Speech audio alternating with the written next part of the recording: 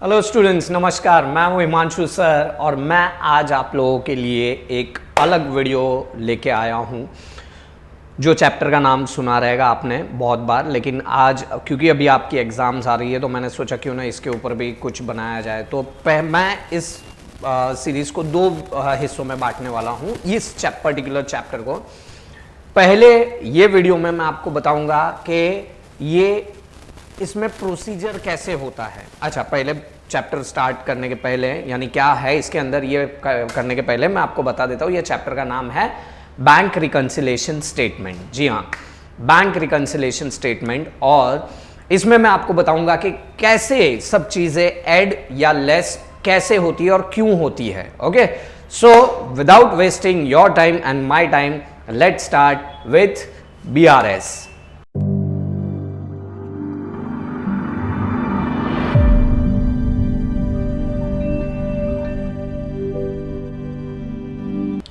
So students, bank reconciliation statement, सबसे पहली बात यहां पे ये ध्यान में रखना है कि ये कोई मैंडेटरी चीज नहीं है जो हमें बनानी है। ये हम हमारी सहूलियत के लिए हम लोग ये बनाते हैं। अब ये बैंक रिकंसिलिएशन स्टेटमेंट काम क्या करता है? सी, हम लोग क्या करते हैं, हमारे पास दो बुक होती है। One is cash book, and if I am talking about cash book then I am strictly talking about cash book with double column. आप लोगों ने देखा रहेगा या नहीं देखा रहेगा मालूम नहीं, मेरे हिसाब से तो आप लोगों ने अब तक यहां तक पहुंचे हो तो मतलब आप लोगों ने कैश बुक डबल कॉलम देख लिया है। एंड दूसरा है पासबुक, बराबर है। अब ये जो दोनों चीजें हैं, जहां तक मुझे पता है, ये देखो आप लोगों को, ये दोनों की खूबसूरती क्या है वो मैं आपको बताता हूं। सबसे पहले तो ये देखो, ये है आपकी कैश बुक, ठीक है, डबल कॉलम। यहां पे डॉलर की साइन है बट हम लोग रुपीज में देखते हैं। सो यहां पे एक होती है कैश कॉलम और दूसरी होती है बैंक कॉलम, ठीक है। अब यहां पे ये ध्यान में रखना कि व्हेन ये जो बैलेंस कैरिड डाउन है, दिख रहा है आप लोगों को, ये जो बैंक बैलेंस है, ये जो बैंक बैलेंस, ये बैंक बैलेंस है और ये कैश बैलेंस है, सॉरी माय मिस्टेक। नाउ अभी इसमें यह ध्यान में रखने का कि इसका मतलब क्या होता है। अगर ये बैलेंस कैरिड डाउन है, इसका मतलब अपने पास इतना कैश इन हैंड है, ठीक है, इतना कैश इन हैंड है। और इसका मतलब क्या होता है कि इतना हमारे पास कैश एट बैंक है, ठीक है, कैश एट बैंक है। अब double column cash book, cash book क्या बोलता है कि अगर पैसा आया तो रिसीट, अगर पैसा गया तो पेमेंट। अगर पैसा आया तो रिसीट, अगर पैसा गया तो पेमेंट। ओके, अब कैशड बैंक जो हमारे अकाउंट में, ये हम लोग के हमारे हिसाब से हमारे बैंक में बैलेंस है, ठीक है।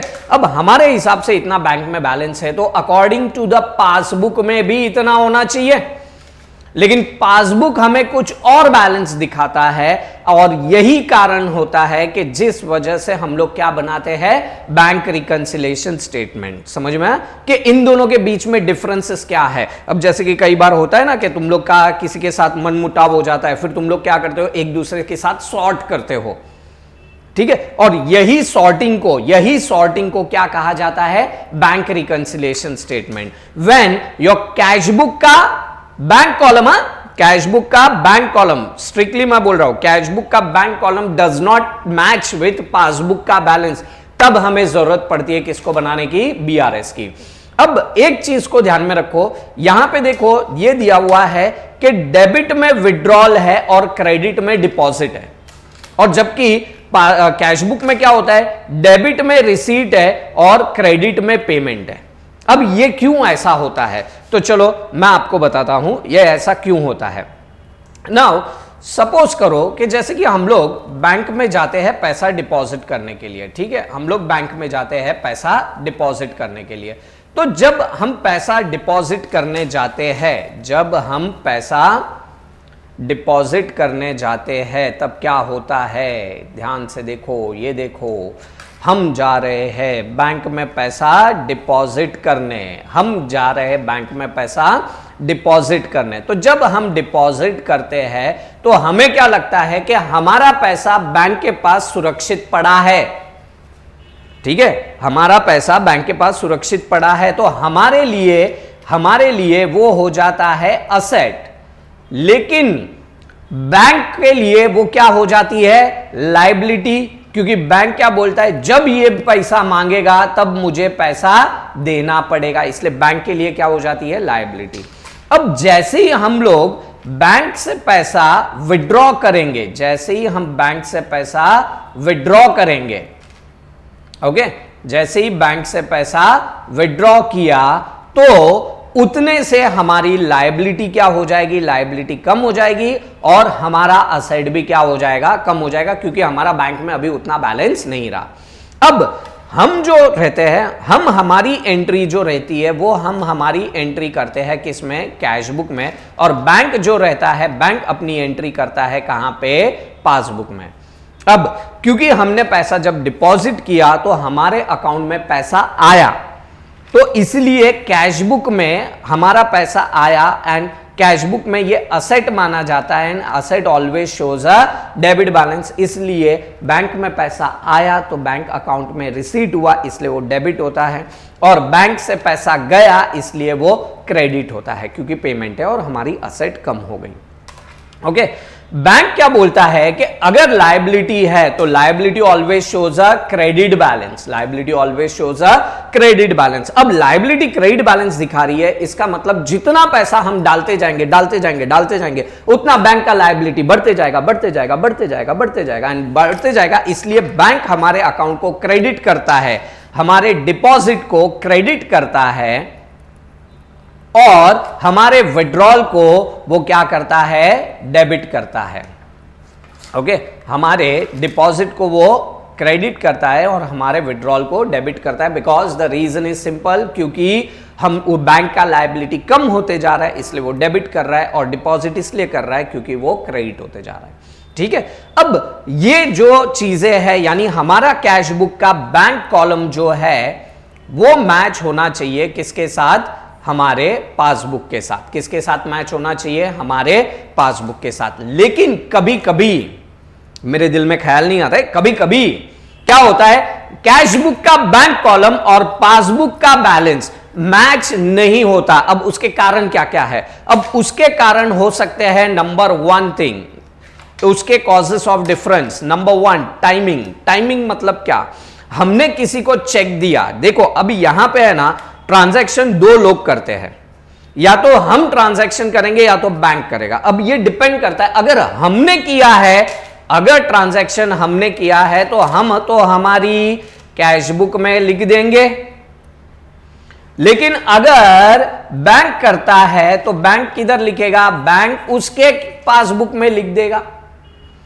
तो अब हमने हमारे एंड से सोच लिया, बैंक ने बैंक के एंड से सोच लिया, और दोनों के बीच में क्या आ गए, मनमुटाव, और वो मनमुटाव बाद में हम ढूंढ के निकालते हैं और उसको रेक्टिफाई करते हैं, और तब जाके हमें पता चलता है कि हमारा एक्चुअल बैंक बैलेंस कितना है। सो स्टूडेंट्स, एक बात को समझो, टाइमिंग। टाइमिंग क्या होता है, ट्रांजैक्शन दो एंड से होंगे, एक हमारे एंड से, एक बैंक के एंड से।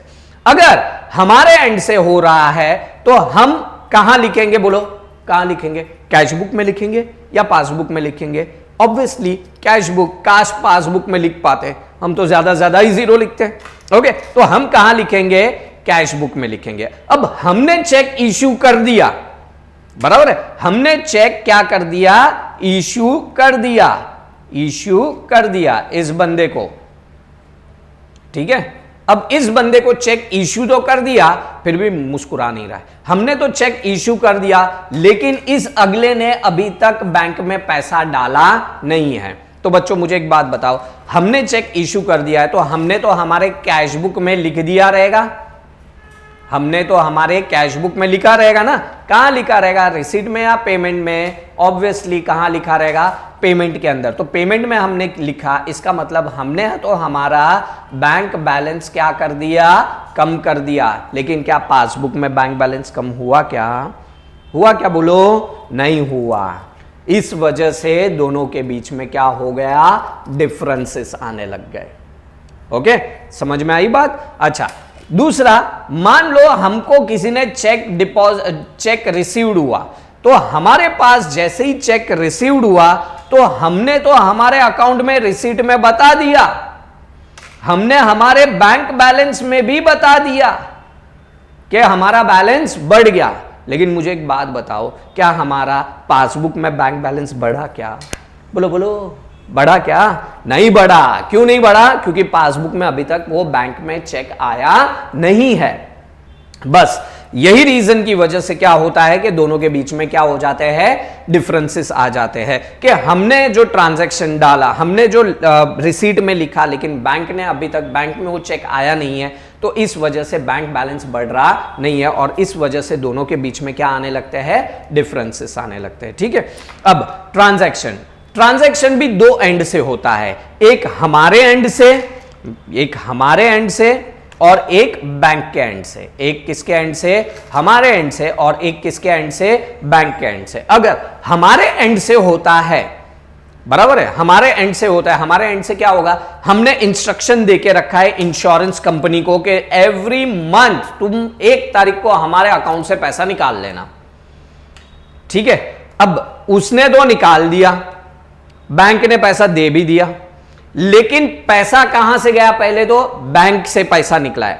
अब बोला भले ही हमने है, लेकिन अपना माइंड है, कंप्यूटर नहीं है कि अपने को याद रहेगा, तो हमने तो हमारी बुक में एंट्री नहीं करी, लेकिन बैंक ने तो हमारा अकाउंट से उतना पैसा साफ कर दिया।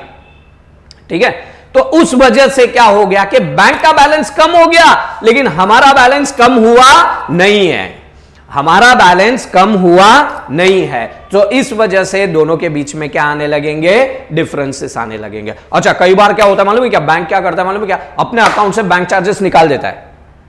यहां पे पूरा खेल कही है, हमारे अकाउंट से पैसा निकाल लिया, हमारे अकाउंट से पैसा निकाल दिया, लेकिन इसकी जानकारी हमें नहीं है। ये तो अभी अभी सब आने लग गए, your account has been debited, ये सब आने लग गए। बट पहले क्या होता था कि अपने अकाउंट से पैसा निकल भी गया, हमको पता भी नहीं चलता। अब हमको पता नहीं चला, इस वजह से हमने तो एंट्री की नहीं, लेकिन बैंक ने वो एंट्री कर ली है। अब बैंक ने अपने अकाउंट से वो विड्रॉ बता दिया, लेकिन हमने बताया नहीं है, इस वजह से हमारा बैंक बैलेंस ज्यादा रहेगा और बैंक का बैंक बैलेंस क्या रहेगा, कम रहेगा। बराबर है, तो ये होता है ट्रांजैक्शन की वजह से भी डिफरेंसेस आते हैं। दूसरा होता है एरर क्या होता है? एरर में होता है कि कई बार बैंक कुछ ना कुछ एरर कर देता है, यानी कई बार 1000 हमने डिपॉजिट किया, लेकिन वो बैंक 10,000 लिख देता है, होता है। हाँ, बैंक से भी गलती होती है, क्योंकि बैंक को भी चलाने वाला तो इंसान ही है ना, बराबर है। अच्छा, दूसरा एरर हमारे एंड से होता है कि हमने किसी को 5,000 दिए थे, लेकिन हमने लिख दिए 500 रुपए। कई बार हमारा टोटल ओवरकास्ट हो जाता है। ओवरकास्ट मतलब मालूम है ना? अरे वो आता है ना, रिन सुप्रीम 100 ग्राम में पाइए 120 ग्राम, बराबर है कि नहीं? तो वो क्या होता है, ओवरकास्ट होता है।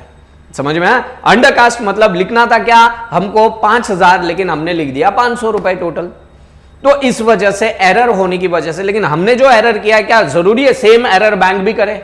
या बैंक ने जो एरर किया है, क्या जरूरी है क्या वही एरर हम भी करें?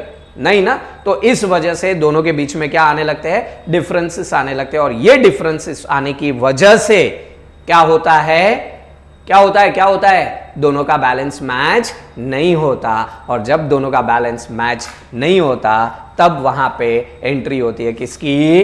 Yes, bank reconciliation statement. किसकी? Bank reconciliation statement. समझ में आया बच्चों आप लोगों को? मैं बहुत छोटी छोटी वीडियो बनाऊंगा, लास्ट वाली जो क्वेश्चन वाली रहेगी वो बहुत बड़ी बनाऊंगा। अगली वीडियो में मैं आपको बताऊंगा कि इसमें चीजें ऐड लेस कैसे होती है। ओके, सो तब तक के लिए स्टे ट्यून, लाइक करना, शेयर करना, सब्सक्राइब करना, because I know you need this right now.